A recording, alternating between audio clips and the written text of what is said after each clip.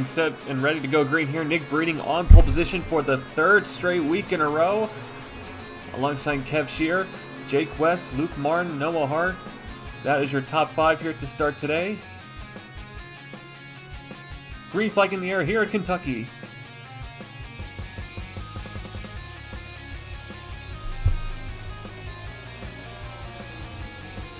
Breeding clears Kev Shear entering turn number 1. Jake West gets a really good run as well from third place. He's going to come up to second next to Kev Shear.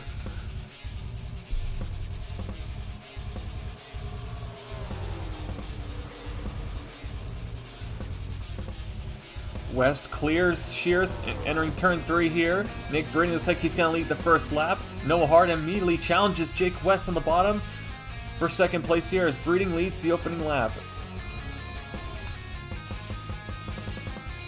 Everyone's been scrambling for positions these first couple laps. Noah Hart has cleared Jake West for second place here. As you can see, everyone all over the place trying to get positions here.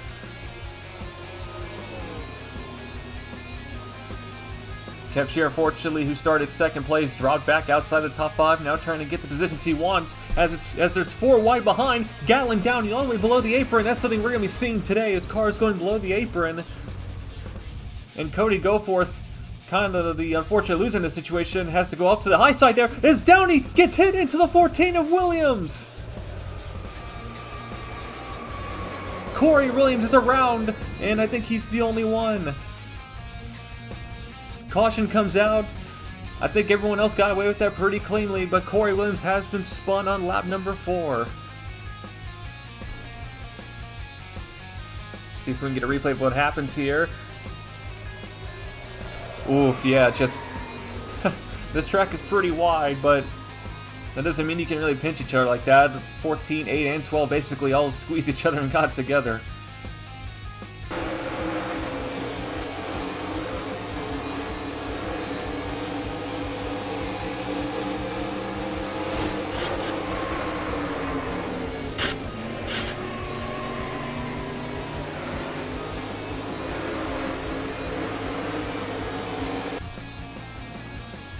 Under caution for the first time today, Noah Hart got past Nick Breeding, racing back to the caution flag, so he is entering pit road first. Tire wear is expected to be pretty massive, basing off what we saw in practice, looking at 2.5 seconds of fall off if you run a full tank. So we'll see what these drivers decide to do here. While 5 laps may not be a lot, I imagine some teams are going to want to try and see if they can get an advantage by taking maybe no tires to get track position, or right side tires, or 4 fresh tires.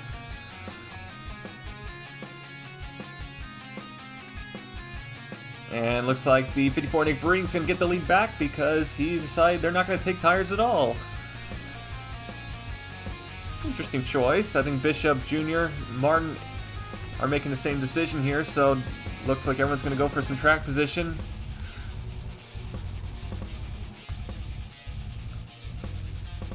We're back green. Nick Breeding is your leader. Bradley Bishop Jr. in second place. Gets a good start as he immediately gets to the outside of the 54. Bishop trying to see if he can make a pass around the outside. Turns 1 and 2. The outside line is a pretty good lane. However, turns 3 and 4. This is where he may find some trouble here. The bottom lane is superior here in turns 3 and 4. As you can see, Breeding it easily jumps right back out in front of Bishop Jr. as Luke Martin comes up to second place behind. Luke Martin coming off his first win of the season at Iowa last week. Trying to see if he can now get the lead here as he clears Noah Hart for second place.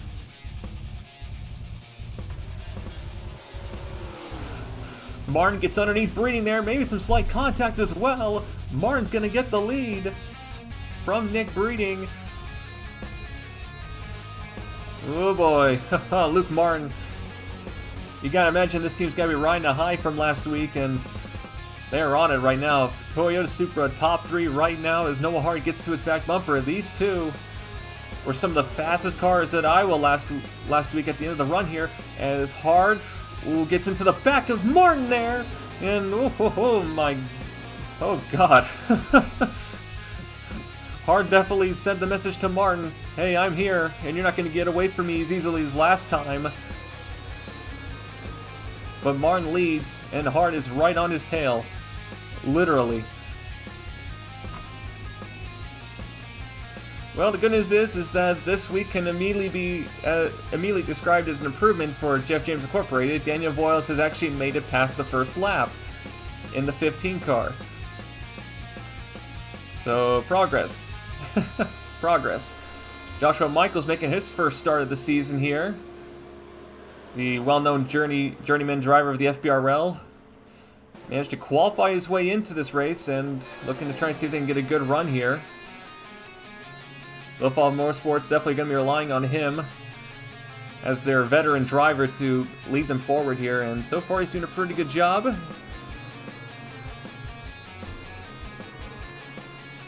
Things have changed quite quickly at the front as Gatlin Downey and Noah Hart now battling for the lead. Luke Martin has fallen outside of the top 5.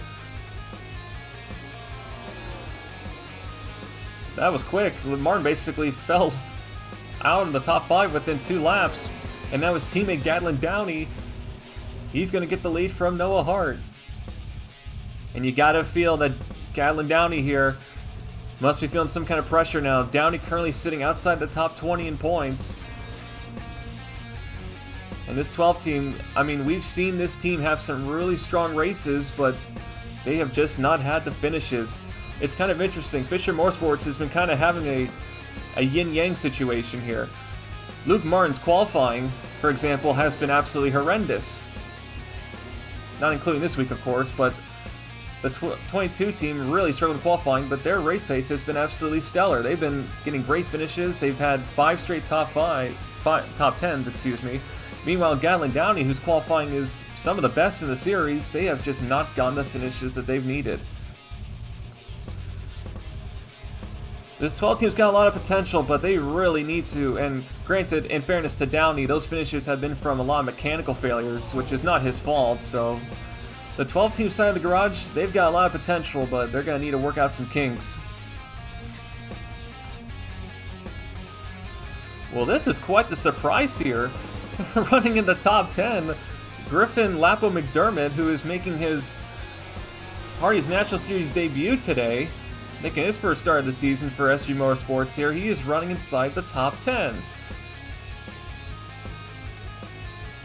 Or, well, he was, but still, nice job by Griffin so far.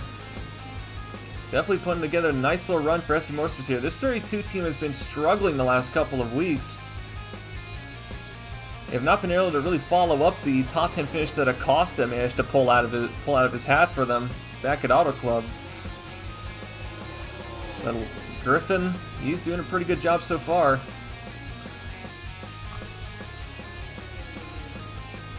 This battle for the lead has been basically endless here. Downey and Hart basically keep swapping positions as Downey takes the lead once more from Noah Hart here. And behind them, RJ Bishop in the 71, who's having a really strong run to begin the day. Bishop was in the mix for the win last week at Iowa, much to a lot of people's surprise, as this 71 team has been kind of struggling for most of the season so far, but these last couple of weeks, they've surely gotten their act together, and now they're competing for the lead here. That no-tire call for Nick Breeding I don't really think is working out, as Breeding has now fallen outside the top 25. Or, well, he may get back into it here, but Breeding, I gotta imagine that team's gotta be kicking themselves right now. I don't think that was a very good decision. Sean Angel, who got involved in that caution, he was damaged a little bit, but they seem to have fixed it for the most part. Corey Williams back here, remember he was the one that basically got sent to last place from the caution, as he was the one that went around. He has clawed his way into the top 30 again, and is slowly working his way forward. The good thing for Corey is that he's going to have plenty of time to climb to his field. Honestly, like if there was any point to spin out, it was that lap, so now Corey basically has 90 laps to move forward. So working out so far here is Breeding, man, that 54 is struggling. They need to get tires and that thing stat. Kyle Collins is also having a bit of a bad time, as he was also a driver who took no tires on that on that last caution. He has fallen all the way to 37th. Or 38th now, actually. So, Collins and Breeding, they are having a very tough time here, and luckily pit stops are coming up soon. Well, this is going to be quite the hole to climb. He's going to have to basically do what his teammate's doing right now, but he's going to have less time. Well, with all this discussion about having to climb out of a hole, Kev Shearer has basically been spending his entire season so far trying to do that. Ever since that penalty at Daytona, the Zero team has been slowly but surely climbing their way back up through the point standings, and hasn't been a very meteoric rise, but I think the Zero team, they're trying to just iron out some kinks, as the championship hangover, I think, is lasting a little longer than I think they were expecting. But Kev Shearer, last couple weeks, has been looking really strong, and you have to imagine this team has to be due for a win quite soon. As we're preparing for pit stops here, Luke Martin's got a problem! Luke Martin, the 22, is slowing the racetrack there! Oh no, Cody Goforth! Oh, Martin, I don't think was looking where he's going, but something is wrong with this 22 as Halleck hits the back of him. Whoa, Kukulon! Oh, okay, that was close. I was about to say pit stops are starting to begin here, and Luke Martin, he is having a massive issue right now. We're being told something with the engine. So that has got to be a massive momentum killer. Luke Martin, depending on how severe this is going to be very difficult to overcome. And after coming off a big win at Iowa, this is not what this 22 team wanted. As you can see, pit stops did start, but the leaders did not go in first here. As you can see, Kyle Collins, who just came off pit road, because you have to imagine that he was probably begging for tires at this point. He is now back on the racetrack here. Here comes the rest of the leaders. They all come down to pit lane for their first stop. This is expected to be a two-stop race.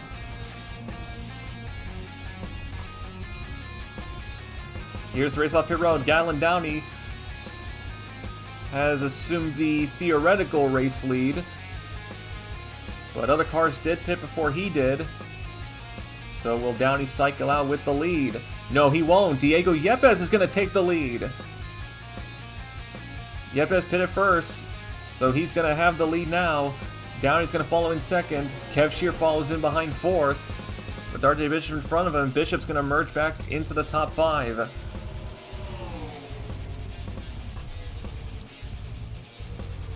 We're being told Tim Fiegel had been black flagged under pit lane, which is why he is now one lap down in the 87 car. We're being told what that black flag was for. Well, we're still waiting to be told what it was, but we're also being told Tyler Black was also flagged for something similar.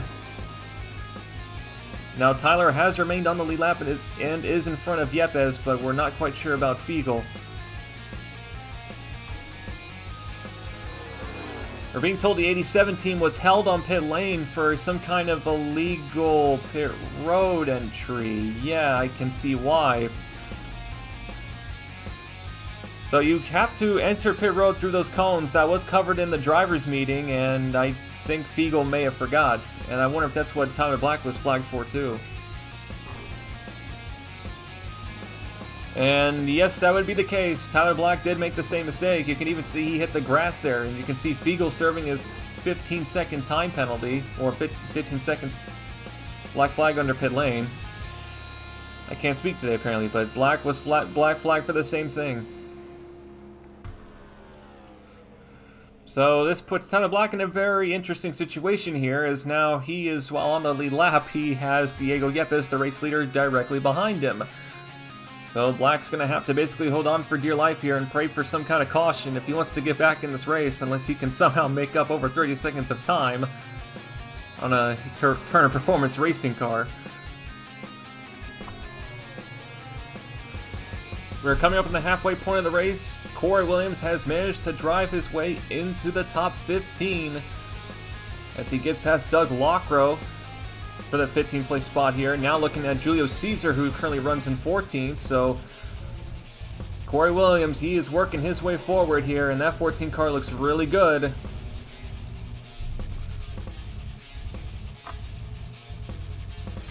Luke Martin is back out on the racetrack. He is 1 lap down the 22 car, but there is one small problem. He's off the pace. The 22 basically has no top-end speed right now. As you can see, Jake West pull away on the straightaway. The 22 looks perfectly fine in the corners, but they're basically driving around like they are missing a cylinder. So tough break for Luke Martin here. Basically going to have to try and leech off positions here if any other cars have trouble. Is a TPR 1-2 at the moment. You think this was the Sony Cup Series looking at this, but no. This is the Hardee's National Series. Yepes leads, RJ Bishop in second place.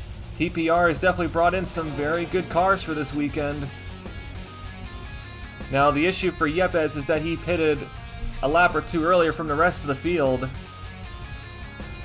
So I imagine he's probably going to get caught by some of the ones who pit a little bit later here, but Yepes for the moment is in control of the race. Bound for fourth place here, Kev Shear, Jordan Fisher, Bradley Bishop Jr. going at it here. Jordan Fisher back after missing a couple of weeks here. And you have to mention, as a team owner, Fisher's got to be feeling good here. As we smoke up ahead, someone to the wall. That's Yepes! Yepes is in the wall! The leader's in the wall! Diego Yepes is in the wall and he's stuck!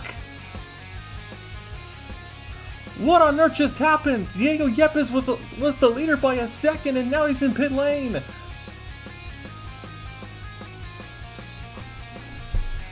Let's look and see what happens here. Diego Yepes from the lead. What could have happened here? Oh, tire down, I think, for the 77, and he went up into the wall. Oh, man, that has got to be terrible for Yepes.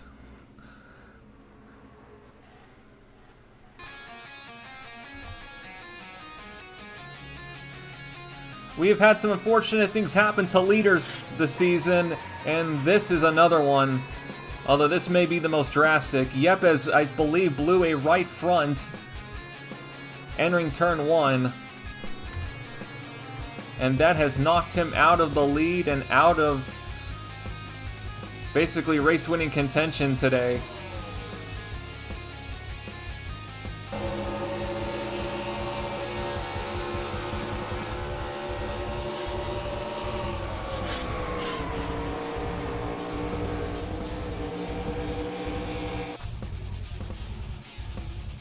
Diego Yepes is back out on track. He is 2 laps down in the 77 car as the pace lights are out, so we are about to go green here momentarily.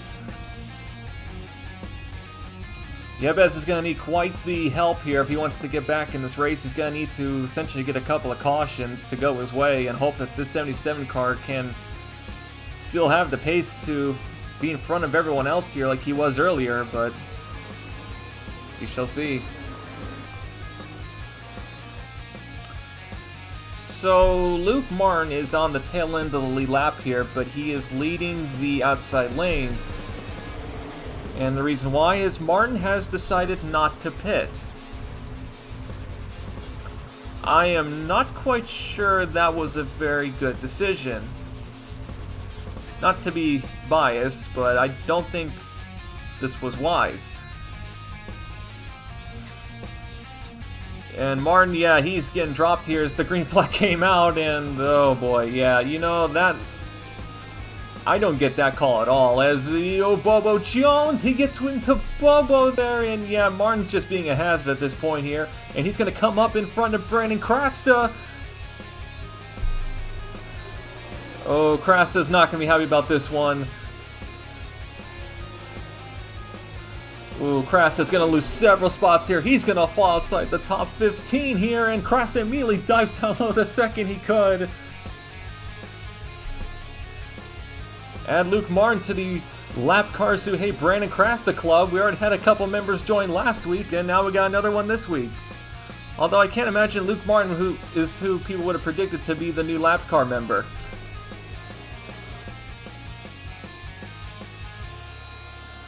I'm not quite sure what I just witnessed, but whatever has happened has put Jordan Fisher into the lead in the O2 cars, so I guess for Fisher Motorsports it kind of worked out, but Jordan leads as we are past halfway. We still are going to need one more pit stop to make it to the end. So this should be very interesting strategy-wise, what these teams will do.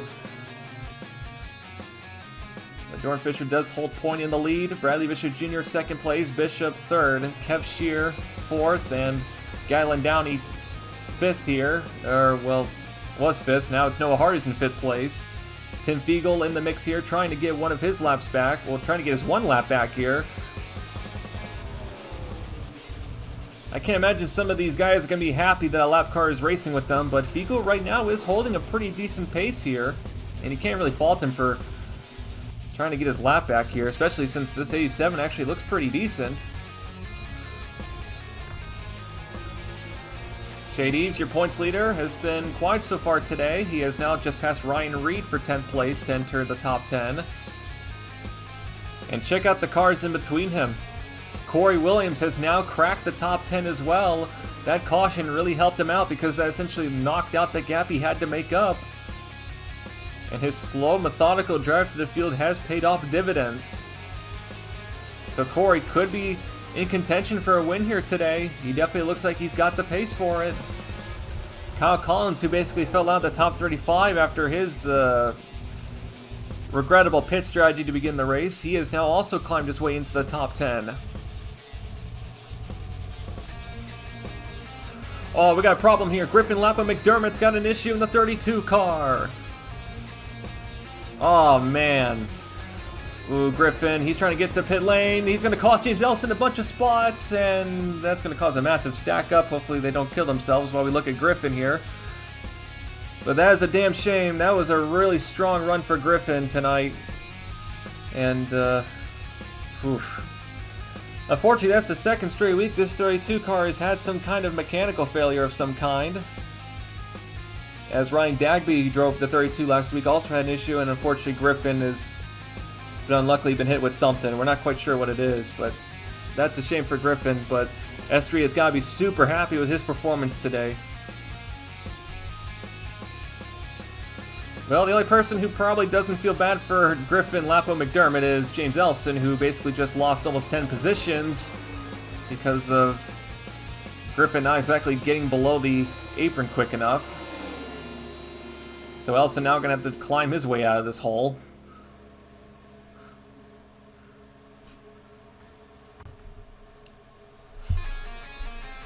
Jack Halleck back here struggling to keep inside the top 30 right now, and once again another really odd performance for Jack Halleck here. This 74 car, I'm not sure what to make of it. They've had some really strong finishes, but they've had so many races where they've been running outside the top 20 this season.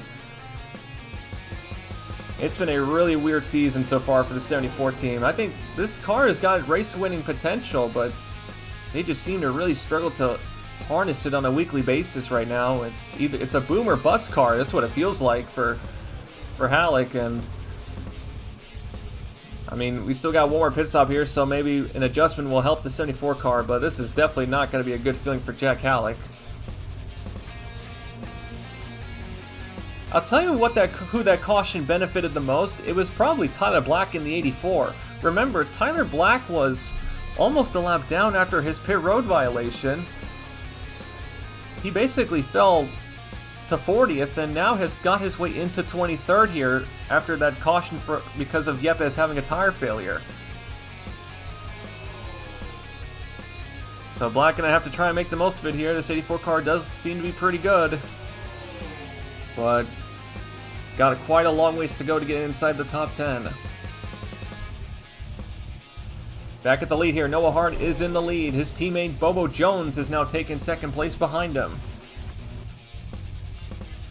The lead continuing to be swapped to the field here. We are coming up on the final pit stop of the afternoon. So Hart is your leader, Bobo Jones behind, Fisher third, Bishop fourth, and RJ Bishop in fifth. So we got two Bishops in the top 5, which won't be confusing at all.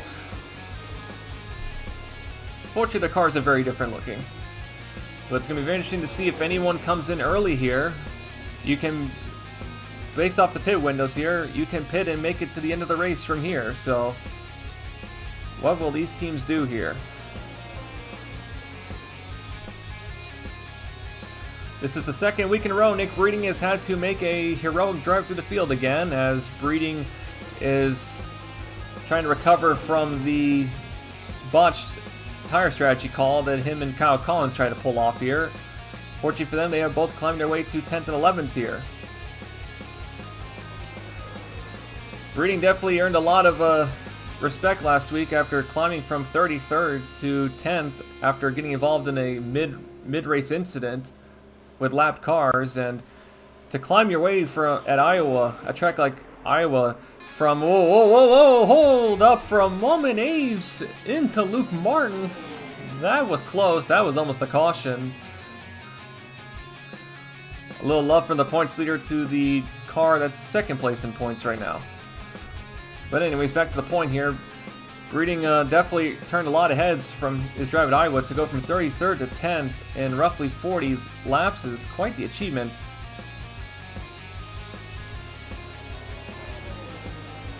If anyone left feeling sore after Iowa, it had to be Ryan Reed in the 24. Was running in the top 10 for most of the night, and unfortunately an incident with his own teammate Dunn Laprade ended his night early after running in, like I said, after running in the top 10. And Texas Motorsports, they've been slowly trying to improve their cars this season, and last week was definitely an indicator that they've got some pretty good cars. They just really need to be consistent about it here. Reed currently running in 15th, which is pretty solid compared to their other runs they've had this season. And racing with Brandon Crasta and Sean Angel is definitely good company to be around. Ooh, it is getting tight here at the front. RJ Bishop has now taken the lead here, and the entire top six is stuck together under a blanket as Ryan Butcher now enters the fray. He's been running at the top 10 for most of today too, but has not really challenged for the lead up until now. Butcher had a really good chance at a win at Iowa last week, was running in second, but unfortunately it just ran out of juice and fell outside the top 5 in the final 10 laps. But you gotta imagine that was a bit of a learning session for Butcher, and I think he's now trying to rectify that same mistake.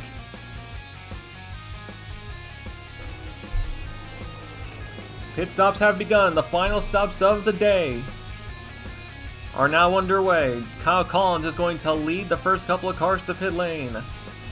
Gonna go for an undercut here. This is what got Diego Yepes the lead earlier. He's gonna he's gonna bring Tyler Black and the 29 of Ian Brand with him. Bradley Bishop Jr., Shear, Fiegel, and Cody Goforth all follow in behind a lap later. They also got Ryan Reed with them and Patrick Smith.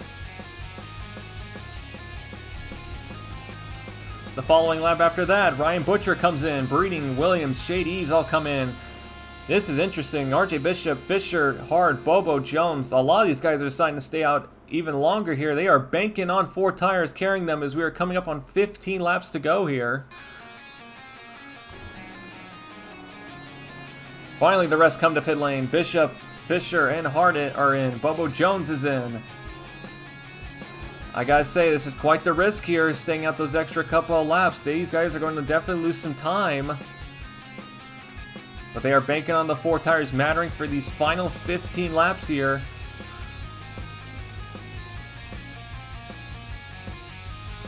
Only 2 cars left to pit are Jake West and Ross Jackson, the 2 Joseph Sirigli Racing cars.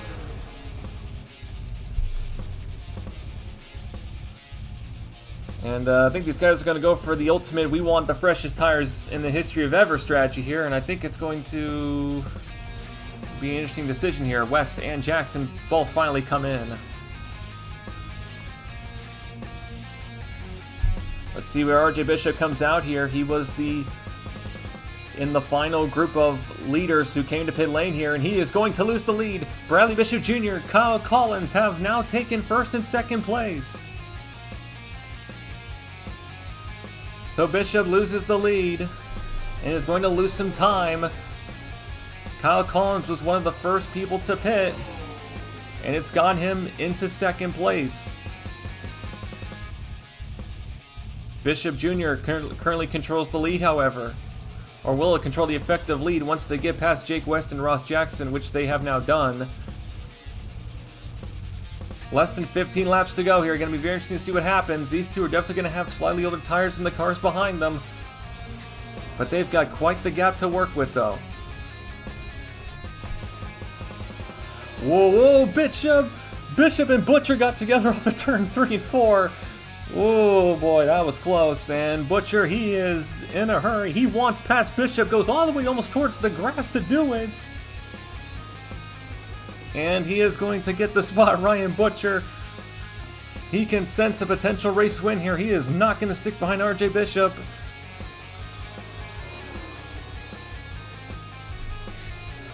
Oh, we got a crash in turn 1. Corey Williams, Hardee, and Cresta are in the wall. Something happened in the trial. Corey Williams has managed to get away from it mostly, but a couple of cars are in the wall. Caution has come out on the speedway for this, and oh my goodness, what is happening here? Oh no, oh, Williams, Cresta, and Hart got together. And oh boy, Cresta in the wall, Hart pushing him along. And that is going to make things very interesting. A caution with just over 10 laps to go. Noah Hart with major front end damage. That is a shame. Noah Hart ran top 10 for this entire race today. And he's not going to have much to show for it.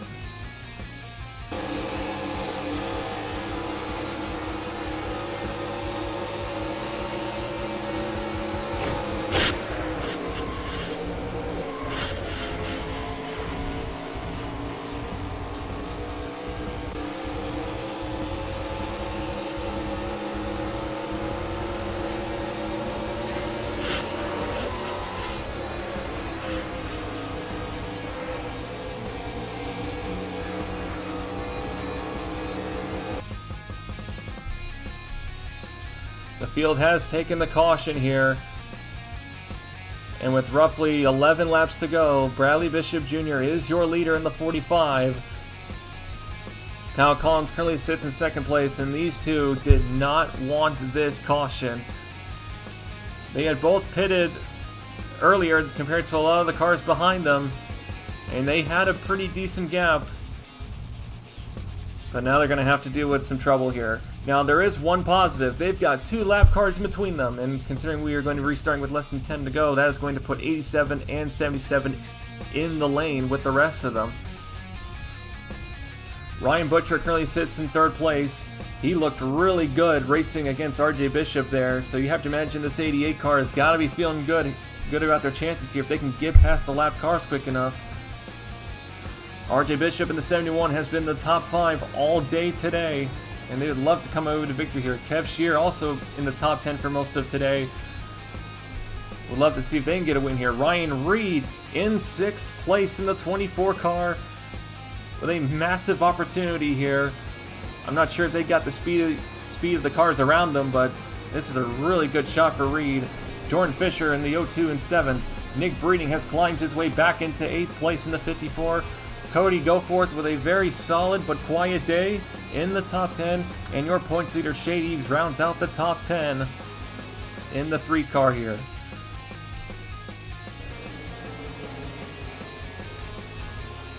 We are set to go green. We are restarting with 8 laps to go. Bradley Bishop Jr. is your leader. Can he hold off the cars behind him? Green flag back in the air. Diego Yepes third in line, a 2 laps down actually. Gets a good jump as he immediately dives down beneath Kyle Collins here. Oh boy, Yepes, you don't want to get involved in this one here. But I don't think he cares here. 3 wide behind him, Jordan Fisher got underneath Reed and Kev Shear. That was really nice. That just put Jordan Fisher into the top 5. And he's got some speed. Look at this 02. He is going right next to RJ Bishop. He wants 3 cars in 1 lap. What a restart for Jordan Fisher. He's going to get into the top 5 here. Kyle Collins is going to repass the 77. If you're Bradley Bishop Jr., you're probably thinking, please keep doing this. Please keep racing each other. Let me get away. Meanwhile here, Tim Fiegel, I think he's having a bit of an issue right now. He just washed up into Ryan Butcher off of turn 2. Now Butcher trapped on the outside. That opens the door for Jordan Fisher, though. Fisher comes down underneath. He's going to come up to 3rd place as he gets by Bishop.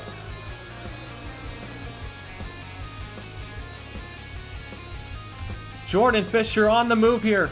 Keeping an eye on this restart. Fisher now up to 2nd place here. He's going to get next to Kyle Collins. Can he clear Collins? He does. Jordan Fisher is on it. This 02 has just exploded forward. 5 laps to go. Jordan Fisher is next to Bradley Bishop Jr. for the lead. And Bishop's got nothing for him. He slides into turn 3. What an incredible restart for Jordan Fisher. 7th to 1st in only a handful of laps. And now it's a battle between the Bishops behind. RJ Bishop follows Jordan Fisher through the pack. He clears Bradley. So now RJ up to 2nd place. Eves and Bobo Jones have got their way forward. Jones was 11th on the restart. He is now up to 5th place. And now has his eyes set on Kev Shear. A lot of cars scrambling to get positions here, with only a handful of laps to go.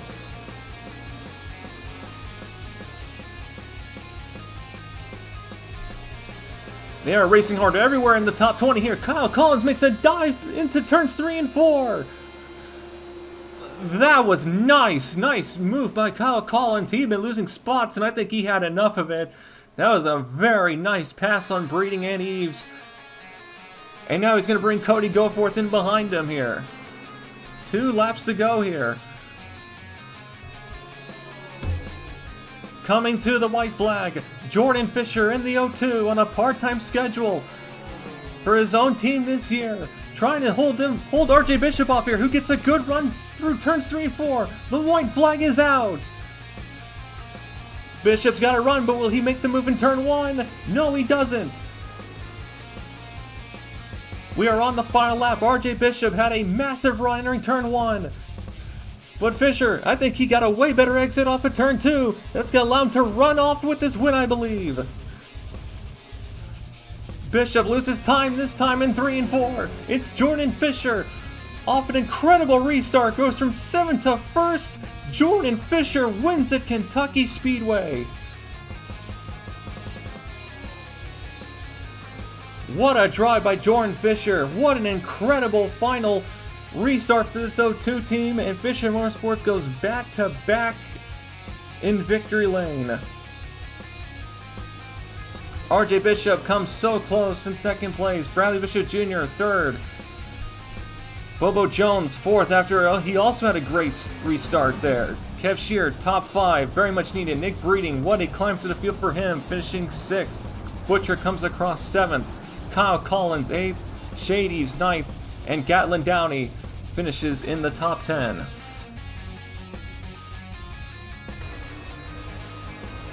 Before we kick it to results and points, here's a little tidbit that happened on the final restart. Sebastian Kukla and Brandon Krasta were black flagged for a restart violation, as Luke Martin, who was off the pace, was not able to get going on the start. As a result, Sebastian Kukla and Brandon Krasta both passed Martin to the left. Now, FBR rules state that you can only pass a car to the right on a restart, and unfortunately, while you can understand the reasons for doing so, Sebastian Kukla and Krasta committed a violation, and they were forced to come to pit road to serve the penalties.